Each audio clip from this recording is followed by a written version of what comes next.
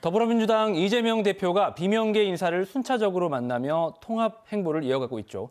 이 대표와 직접 만나 얘기를 나눈 박용진 전 의원과 함께 주간 정치 이어갑니다. 자, 의원님, 지난주 금요일이었습니다. 이재명 대표와의 회동이 일단 어떻게 성사가 된 건가요? 15일 날 토요일이죠. 전화가 왔더라고요. 전화를 이렇게 받는 순간 여러 만감이 교차하긴 했고요. 네. 저도 사람이라서 고민이 없었던 건 아니지만 그래도 뭐 과거에 붙잡혀 있으면 미래를 못 가잖아요. 또 악연에 얽매이면 새로운 인연도 못 맺어요. 그리고 이제 당의 승리를 위해서 또 국민의 승리를 위해서 우리가 털 건 털어야 되겠다는 생각이 들어서 그 만남 제안에 제가 응하고 그렇게 해서 제가 또 먼저 손 내밀어야 되겠구나 하는 생각도 하면서 그날 만났습니다. 예. 이제 공개되지 않은 부분들도 있을 것 같은데 좀 어떤 얘기가 오갔는지 궁금합니다. 그날 뭐 한 110분 정도 이야기를 이제 나눴고요. 원래 예정된 시간은 뭐 1시간이 아니었는데 안 됐는데 좀 이야기가 좀 길어졌습니다. 한 30분 정도는 정치 얘기하고 네. 나머지 시간은 다 서로 개인적인 이야기, 그동안 묵혔던 이야기, 가슴에 담았던 이야기들 서로 하면서 덕담도 많이 주고받았는데 또 우리 민주당의 승리를 위해서 정말 중요한 건 국민들께서 특히나 2030 청년들이 민주당을 위선의 정치, 내로남불 정치로 생각한다. 이거를 넘어서기 위해서 단순한 이벤트, 이런 쇼가 아니라 정말로 하나하나 정책에서부터 한 번 말하면 반드시 그건 지키고 그리고 그걸 실현하기 위해서 모든 걸 다 노력하는 그런 정치 세력, 정당이 될 수 있도록 같이 좀 힘을 모았으면 좋겠다. 그런 말씀 많이 드렸습니다. 사실 박 의원님께서 이게 남의 얘기가 아닙니다. 지난 총선에서 이른바 비명 행사라는 용어까지 나올 정도로 좀 어려움을 겪으셨고 하위 20%라든지 이런 좀 이해하기 어려운 정도의 어떤 일들이 있었잖아요. 이 개인적인 어떤 서운함도 당연히 있으실 것 같습니다. 좀 어떠셨습니까? 있죠. 진짜 오만 가지 생각이 있고 저도 사람이잖아요. 그래서 막 정말 서운하기도 하고 그때를 돌이키면 제가 광주에 와서 저 찍어달라고 그랬잖아요. 강북 을구의 선거를 전국에 있는 권리당원들한테 공천 경선을 시키는 거잖아요. 그거 말도 안 되는 일이 벌어졌는데 그래서 제가 그냥 하는 말이 아니고요. 김대중 대통령한테 많이 배워요. 그러니까 그분은 대의를 위해서 자기를 죽이려고 했었던 JP하고도 손을 잡았잖아요. 네. 정권 교체를 통해서 미래로 나가야 되는 때에 국민들과 우리 민주당 지지자들이 불안해하시는 당내 어떤 분란, 대립, 갈등 이런 요소들을 없앨 수 있다면 박용진의 그런 사사로움은 대의 명분 앞에서 묻어둬야 된다고 생각하고요. 툴툴 털어야 된다고 생각을 했습니다. 어떤 대의를 위해서는 그런 것들도 김대중 대통령을 생각하면서 좀 이겨낼 수 있다라는 말씀해 주셨고 이제 조기 대선 가능성이 커진 만큼 네. 회동에서도 그런 얘기가 나왔을 것 같더라고요. 네. 이 조기 대선 국면에서 의원님의 역할도 궁금한데요. 뭐 자세히 다 말씀드릴 수는 없지만 제가 뭐 경선에 나설 수도 있고요.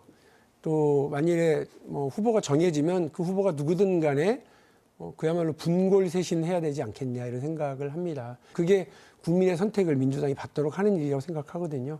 거기에 야 진짜 박용진 정말 열심히 한다. 멋있게 하네. 그런 말씀 우리 광주 시민들께 들을 수 있도록 열심히 같이 뛸 생각입니다. 알겠습니다. 자, 지금 현재 정국에 대해서도 좀 얘기 나눠보겠습니다. 이재명 대표가 꺼내든 중도 보수론이 이게 사실 뜨거운 감자로 떠오르고 있습니다. 반응이 엇갈립니다. 이제 당의 정체성을 그렇게 규정할 수 없다는 의견이 있고 통합을 위한 행보라는 어떤 의견들이 분분한데 의원님께서는 어떻게 보십니까? 그 헌법을 짓밟은 사람을 그 세력을 옹호하잖아요. 국민의힘이 자칭 보수가. 그러니까 그들이 얘기하고 있었던 중도 혹은 보수까지도 우리가 우리 땅으로 가져갈 수 있겠다라고 하는 포지셔닝 전략일 거라고 생각을 합니다. 그래서 저는 뭐 이게 정치적으로 나쁘지 않은 전략이다 그렇게 생각을 하고요. 충분히 어떤 성과도 얻어낼 수 있을 거라고 생각합니다. 정말 중요한 건 진보냐 아니냐, 우리의 정체성은 뭐냐 이걸 얘기할 때 조선시대에 있었던 예법 논쟁, 예속 논쟁 이렇게 빠지지 말고 실사구시 하자. 그래서 진보의 맛있는 메뉴를 국민들에게 구체적으로 이렇게 제시하고 말씀드리는 게 중요하지 간판만 진보 식당 그거 아무 의미 없다. 어떤 메뉴, 어떤 반찬으로 그 맛깔스러움을 낼 거냐가 더 중요하다고 생각을 합니다. 이제 여당 여권 얘기도 좀 말씀하셨으니까요. 넘어가 보면 사실 국민의힘 상황이 좀 혼란스럽습니다. 이제 여권에서는 좀 말하자면 대항마로 어떤 사람이 나올 거라고 예측을 하시는지도 궁금합니다. 지금 그림대로 하면 무조건 민주당이 이기겠죠. 저쪽이 바보가 아니에요. 이른바 친윤 세력이 자기 후보가 없기 때문에 누군가와 손을 잡을 텐데 제가 볼 때는 김문수나 한동훈하고 잡을 것 같지는 않습니다. 그렇다고 유승민하고 잡기도 어려울 거예요. 그럼 오세훈이에요.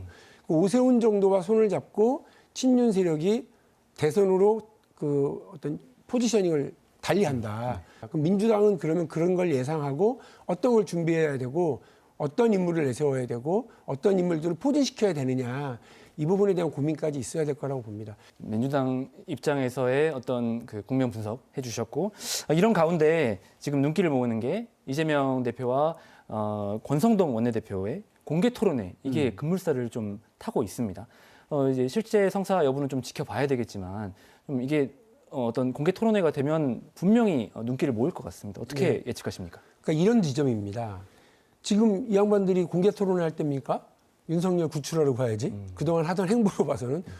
그래서 뭐 교도소 담장도 넘어야 될 기세처럼 그러잖아요. 그런데 이런 식으로 정책 논쟁에 이제 몸을 담고 그리고 어떤 국민들이 관심사를 윤석열에서 조기 대선에서 정책 노선으로 이렇게 변경시켜 나갈 거란 말이죠. 네. 그리고 자기들도 후보를 내세우기 위한 노력들을 할 거고.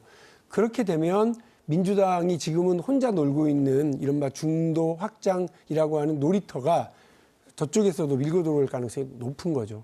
그래서 방심하면 안 된다. 그리고 우리도 그러니까 그냥 어떤 잠깐의 이벤트, 잠깐의 일정, 쇼잉으로만 당내 통합을 얘기하고 국민 통합을 얘기해서는 그걸로는 부족하다는 말씀입니다. 이념적 포지셔닝 또 정책적 포지셔닝을 두고 여야의 치열한 대결이 예상된다라는 말씀 잘 들어볼 수 있을 것 같습니다. 의원님 오늘 말씀은 여기까지 듣겠습니다.